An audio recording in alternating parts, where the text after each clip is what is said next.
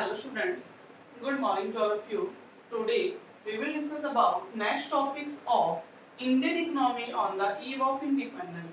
Third class में हमारा chapter चल रहा था Indian economy on the eve of independence first chapter, जिसमें हमने स्टेट ऑफ इकोनॉमी पढ़े हैं, like state of agricultural economy, state of industrial economy, ठीक है। और इंडस्ट्रियल के बाद डेमोग्राफिक जो हमारी कंडीशंस है वो कैसी है, उनके बारे में हमने क्या किया, यहाँ पर फॉरेन ट्रेड के बारे में स्टडी किया। आज हम स्टडी करेंगे कि state of occupational structures on the eve of independence, कि इंडिपेंडेंस के टाइम जो हमारा ऑक्यूपेशनल स्ट्रक्चर्स था वो कैसा था। Firstly what is the meaning of occupational structures? Occupational structures refers to distributions of working persons across different industrial sectors। इसका मतलब है कि distributions of working force, जो भी persons हैं जो काम कर रहे हैं, जो different person different activity से क्या है engaged है, तो वो different industries किससे engaged है, उनको हम क्या कहते हैं, occupational स्ट्रक्चर्स बोलते हैं। जैसे कुछ पर्सन एग्रीकल्चर एक्टिविटी से एंगेज है, कुछ पर्सन इंडस्ट्रियल एक्टिविटी से एंगेज है, कुछ पर्सन हम ये कहें कि सभी सेक्टर से एंगेज हैं। जैसे कि फर्स्ट है कि predominance of primary occupations. India के पास सबसे पहला प्रीडोमिनेंस प्रसिद्ध एक ऑक्यूपेशनल जो एरिया है, ऑक्यूपेशनल एक्टिविटीज है, वो कौन सी है? वो केवल एग्रीकल्चर है। ये माना जाता है कि 75% population engaged with agricultural activity। जो 75% पॉपुलेशन है, हमारी टोटल पॉपुलेशन की 75% जो पॉपुलेशन है वो एग्रीकल्चरल एक्टिविटी से एंगेज है। इससे एंगेज है, एग्रीकल्चरल एक्टिविटी से एंगेज है। और दूसरा जो बच गई 25% पॉपुलेशन, वो 25% पॉपुलेशन या तो मैन्युफैक्चरिंग एक्टिविटी से एंगेज है या फिर सर्विस, मतलब रिमेनिंग जो बच जाता है इसके अलावा अदर देन एग्रीकल्चर सेक्टर्स, वो कंप्लीट पॉपुलेशन किससे एंगेज है? अदर देन एग्रीकल्चर एक्टिविटी से वो एंगेज है। सेकंड है रीजनल वेरिएशन। इससे हमारे यहाँ पर क्या रखे हैं, कुछ रीजनल वेरिएशंस भी हैं। जैसे माना जाता है स्टेट ऑफ तमिलनाडु, जो स्टेट है तमिलनाडु हो गया, एपी आंध्र प्रदेश है, केरला है, कर्नाटक है, महाराष्ट्र है, वेस्ट बंगाल है, witness a decline in dependence of workforce on agriculture sectors. कि धीरे धीरे क्या होता जा रहा है, वहां पर जो एग्रीकल्चरल सेक्टर्स के अंदर जो वर्कफोर्स लगी हुई थी वो धीरे धीरे कम होती जा रही है, बिकॉज वो लोग किस साइड मूव कर रहे हैं, वो मूव कर रहे हैं मूव टू मैन्युफैक्चरिंग एक्टिविटीज। किस साइड मूव कर रहे हैं? Manufacturing activities. इट मींस वहां पर एग्रीकल्चर सेक्टर्स के ऊपर ध्यान तो दिया जा रहा है, बट ऐसा नहीं है कि कंप्लीट पॉपुलेशन ही कहां पर डिपेंड है, एग्रीकल्चर एक्टिविटी के ऊपर डिपेंड है। धीरे धीरे लोग वहां से कहां शिफ्ट हो रहे हैं? Manufacturing activity and service sectors, manufacturing and service sector की साइड लोग क्या हो रहे हैं? शिफ्ट हो रहे हैं। क्या है second, increase workforce in agriculture. जो एग्रीकल्चर के अंदर जो वर्कफोर्स क्या हो रही है? इंक्रीज हो रही है इन स्टेट। वो स्टेट कौन कौन से हैं? Such as Orissa, Rajasthan and Punjab. क्योंकि यहाँ पर लोगों के पास अदर एक्टिविटीज को करने के लिए क्या नहीं है, वो सोर्सेज अवेलेबल नहीं है जिससे वो अदर एक्टिविटीज में क्या हो सके? एंगेज हो सके। इसीलिए उड़ीसा की, राजस्थान की, पंजाब की जो पॉपुलेशन है, ज्यादा से ज्यादा जो पॉपुलेशन है वो भी सस्टेन्ड बनी हुई है, वो अभी भी एग्रीकल्चर एक्टिविटीज के ऊपर ही क्या है? डिपेंड है। तो ये था हमारा state of occupational structures. Next है इंफ्रास्ट्रक्चर्स। क्या है नेक्स्ट हमारा? इंफ्रास्ट्रक्चर्स। तो what is the meaning of infrastructures? मतलब इंफ्रास्ट्रक्चर्स हम ये कह सकते हैं which are spread surrounding here, जो भी यहाँ वहाँ क्या हो here and there, जो यहाँ वहाँ क्या हो रखा है, जो फैला हुआ है वही क्या है? हमारा इंफ्रास्ट्रक्चर। जैसे हमारे आसपास हम लाइटिंग यूज करते हैं, रोड यूज करते हैं, स्कूल्स, हॉस्पिटल्स, अदर सर्विसेज है, बैंकिंग, इंश्योरेंस, ये या फिर हम एनर्जी जो हम यूज कर रहे हैं, सारी किसके अंदर आती हैं? इंफ्रास्ट्रक्चर के अंदर आती हैं। तो ये जो इंफ्रास्ट्रक्चर से ही किसकी देन है? ये ब्रिटिशर्स की ही देन है। तो उस टाइम जो इंफ्रास्ट्रक्चर था वो कैसा था? तो इंफ्रास्ट्रक्चर में सबसे पहले आते हैं रोड। आते हैं road. The road that were build primarily serve the interest of mobilising army.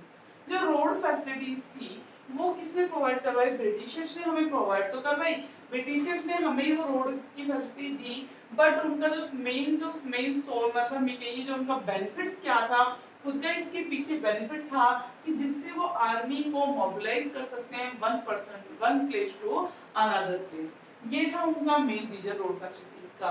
दूसरा, उन्होंने जो रोड फैसिलिटीज थी वो उनकी इतनी बेटर नहीं थी, उन्होंने लिंक किया था जिससे जो छोटे जो भी क्या है विलेजेस है, विलेजेस से जितने भी पोस्ट थे पोस्ट तक क्या कर सकें या फिर स्टेशन तक गुड्स को इजीली कैरी कर सकें, उसलिए भी उन्होंने क्या किया था रोड का डेवलप किया था, रोड फैसिलिटी प्रोवाइड करवाई थी। बट काफी जो विलेजेस थे उन्होंने इस रोड फैसिलिटीज को उस टाइम भी क्या किया सफर कर, आज भी क्या कर रहे हैं सफर कर रहे हैं।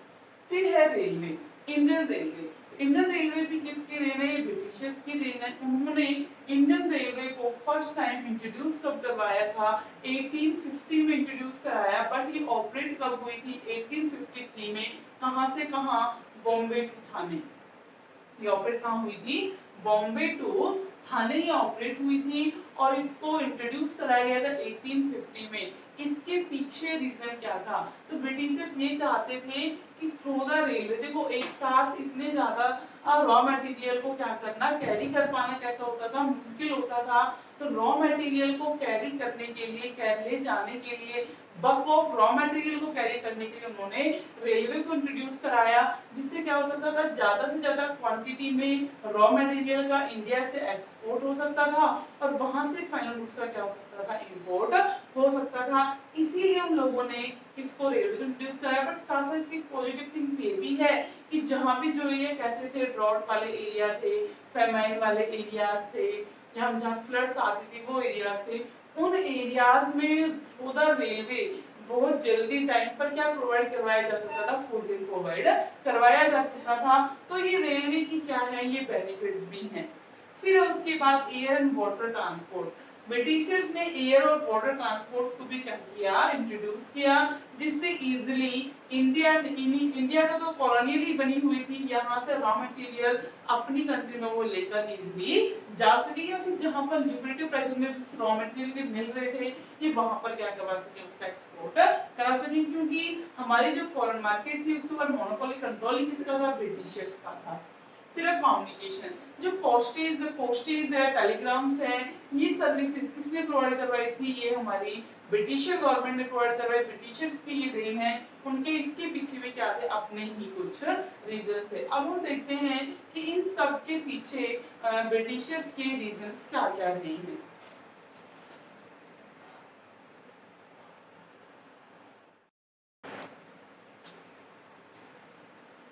अब नेक्स्ट कि जब ब्रिटिशर्स ने इंफ्रास्ट्रक्चर्स को बेटर किया, उसके पीछे उनका सबसे बड़ा कारण क्या था, किस लिए ब्रिटिशर्स ने इंफ्रास्ट्रक्चर्स का डेवलपमेंट किया। तो सबसे पहले है द रोड, तो उसमें उन्होंने रोड का डेवलपमेंट किया था। The road were built for mobilising the army. उन्होंने रोड का डेवलपमेंट किया ही किस लिए था, जिससे मोबिलाइज हो जाए क्या, the army with in India and for drawing out the raw material from countryside to the nearest railway stations और port, जिससे क्या हो आर्मी को क्या कर सके इजिली, क्योंकि उस टाइम वो क्या करते थे, ब्रिटिशर्स के जो वॉर होते थे किसी भी कंट्री के साथ, तो मेनली यूज ही किसका करते थे, इंडियन आर्मी का। तो क्या आर्मी को मोबिलाइज कर सकते हैं फॉर ड्राइंग, और ड्राइंग क्या कर सकते हैं, आउट रॉ मटेरियल, जो रॉ मटेरियल है उसको निकाल सकते हैं कहाँ से, फ्रॉम कंट्री साइड से कहाँ, to the nearest railway station, nearest railway station के पास या पोर्ट्स के पास। इस वजह से उन्होंने क्या किया, रोड का डेवलपमेंट किया। फिर उन्होंने अब रेलवे को क्यों डेवलप किया था, द रेलवे वर डेवलप, जो रेलवे डेवलप हुई थी उसका मेन रीजन था टू हैव इफेक्टिव कंट्रोल, जिससे क्या किया जा सके, effective control and administration over the vast Indian territory. जो इंडियन टेरिटरी है उसको और भी ज्यादा, उसका जो कंट्रोल है, एडमिनिस्ट्रेशन को हम लोग क्या कर सके, संभाल सके। मतलब इंडिया के ऊपर जितना हो सके उसको जितना ज्यादा कॉलोनियल बनाया जा सके। इस वजह से ब्रिटिशर्स ने क्या किया था, इंडियन रेलवे को डेवलप किया।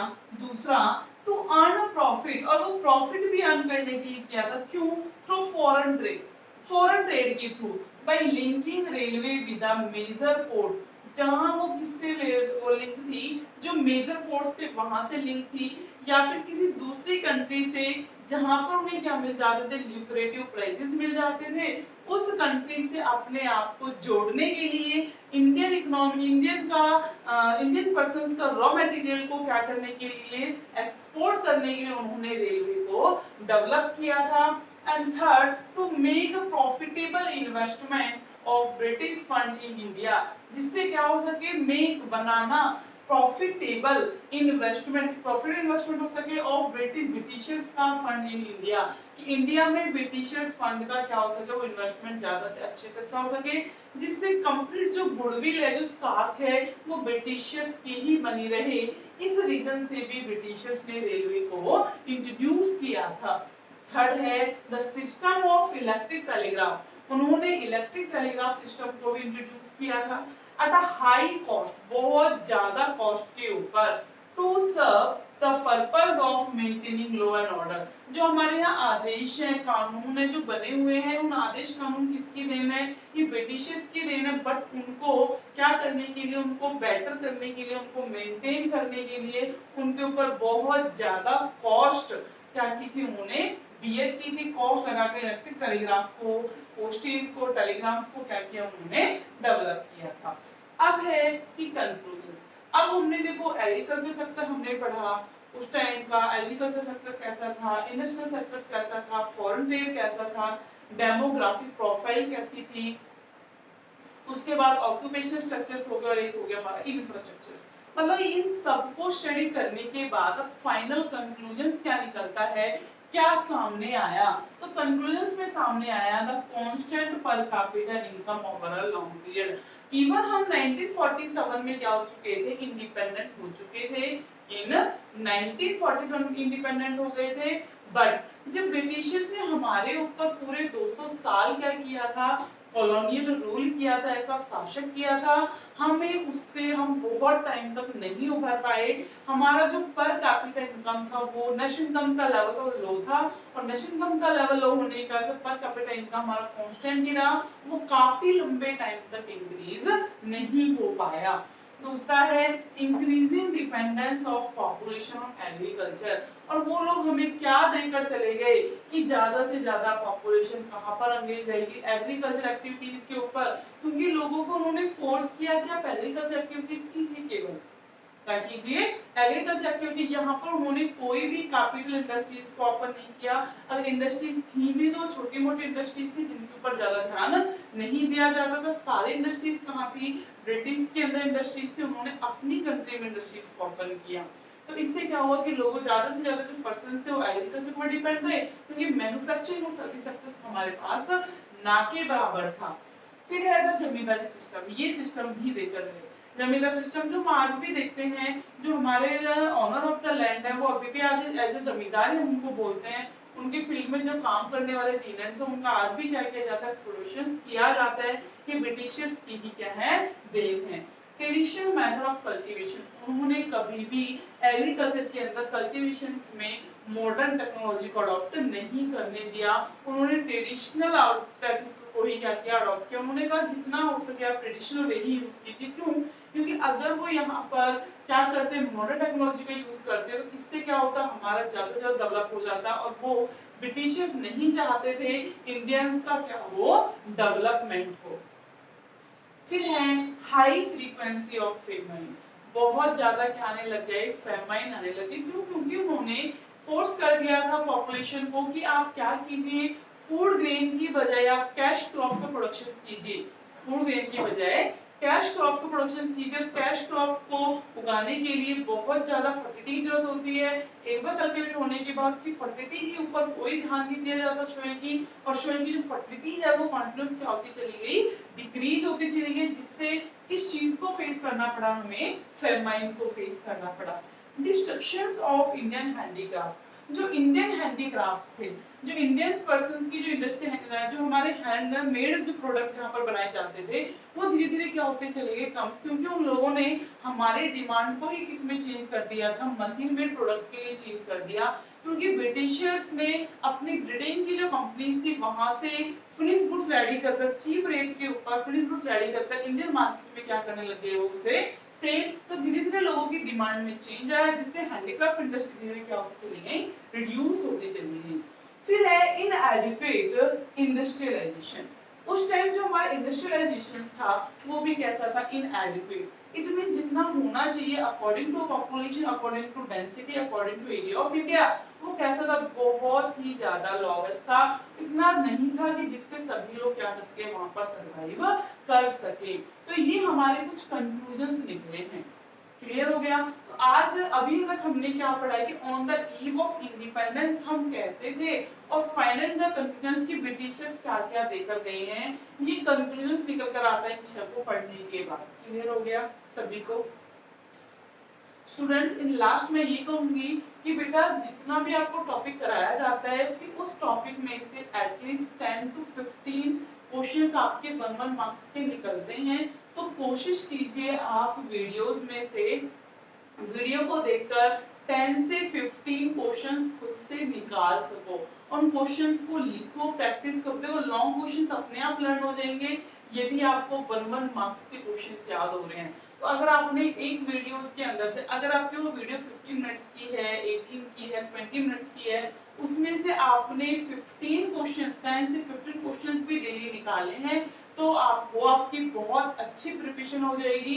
तो आप प्लीज इसमें से क्वेश्चंस को निकालना स्टार्ट कीजिए। जब तक मैं नहीं बोलूंगी और मुझे पता है कि आप तब तक नहीं निकालोगे, तो बेटा कोशिश कीजिए कि 1 मार्क्स के क्वेश्चंस को आप इसी में से खुद से बनाओ और उनको फिर लर्न करो। क्लियर हो गया?